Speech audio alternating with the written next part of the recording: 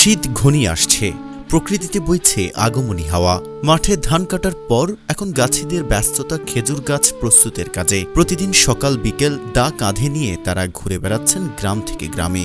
চুয়াডাঙ্গা সহ দেশের দক্ষিণ পশ্চিমাঞ্চলের বিভিন্ন গ্রামে এখন চলছে খেজুর গাছের কাটা ছেঁড়ার কাজ।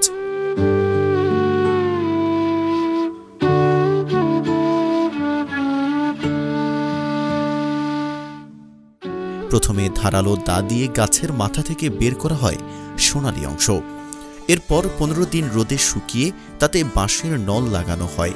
পরে মাটির হাঁড়িতে সংগ্রহ করা হয় রস। সেই রস জাল দিয়েই তৈরি হয় গুড়, মিঠাই সহ নানা খাদ্যদ্রব্য।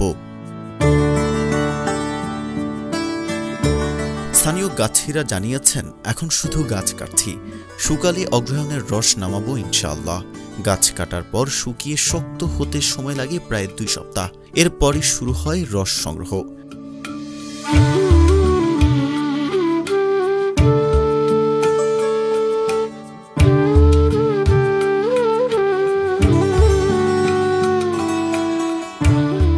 চুয়াডাঙ্গা জেলা কৃষি সম্প্রসারণ অধিদপ্তরের তথ্য মতে এবছর জেলায় রস সংগ্রহের জন্য 2,72,000 খেজুর গাছ প্রস্তুত করা হচ্ছে।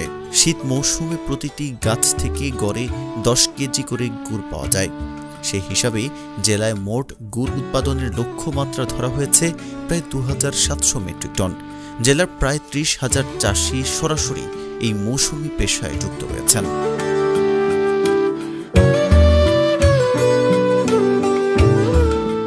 চুয়াডাঙ্গার ছোট সরুয়া গ্রামের গাছি হায়দার গত 22 বছর ধরে খেজুর রস সংগ্রহ করছেন। তিনি বলেন, প্রতি বছর অগ্রহায়ণ মাসে গাছ পরিচর্যা শুরু করি। 15 দিন অন্তত রোদে শুকাই।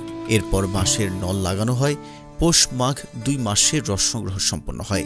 আমি গাছ কাটে একটা গাছ নাম এখন আমি তো আশা লেগে যাচ্ছি, নদীতে শিখাইছি।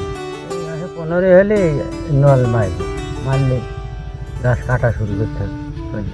যদি গোড়া দেবে কাটো তাহলে গাছ নরম করে মরে যাবে, মানে বেশি ডাবাই কাটলে উপর গেলে গাছ নষ্ট হয় না, গাছ শক্ত থাকে। অগ্রহায়ণ মাসেতে শুরু হয়। অগ্রহায়ণ মাস। আর রস নামে কোন মাসে? পৌষ মাসে ভরপুর রস। পৌষ মাসে। পৌষ মাঘ মাসে 15 পর্যন্ত খুব ভালো রস হয়, তারপরে ঘোলা হয়ে যায়। মানে 22-23 বছর গাছ কাটছি, তো ওই সব গাছ ধরো আমার হাতে কাটে। আর বছর ছিল 80টা, আর এবারটা আছে 110টা। কার্তিক মাসে 15 হলে নদী মারবো, এই গাছে সব চাল যায়।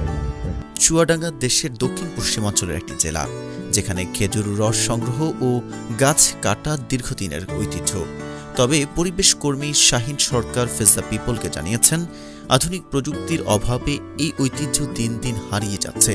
তরুণ প্রজন্ম এ ধরনের কাজে আগ্রহ হারাচ্ছে। আমাদের যে শীতকালীন ঐতিহ্য খেজুর গাছ থেকে উৎপাদিত গুড় এবং সেই গুড় থেকে পাটালি এবং বিভিন্ন হরেক রকম খাবার তৈরি করা হয়।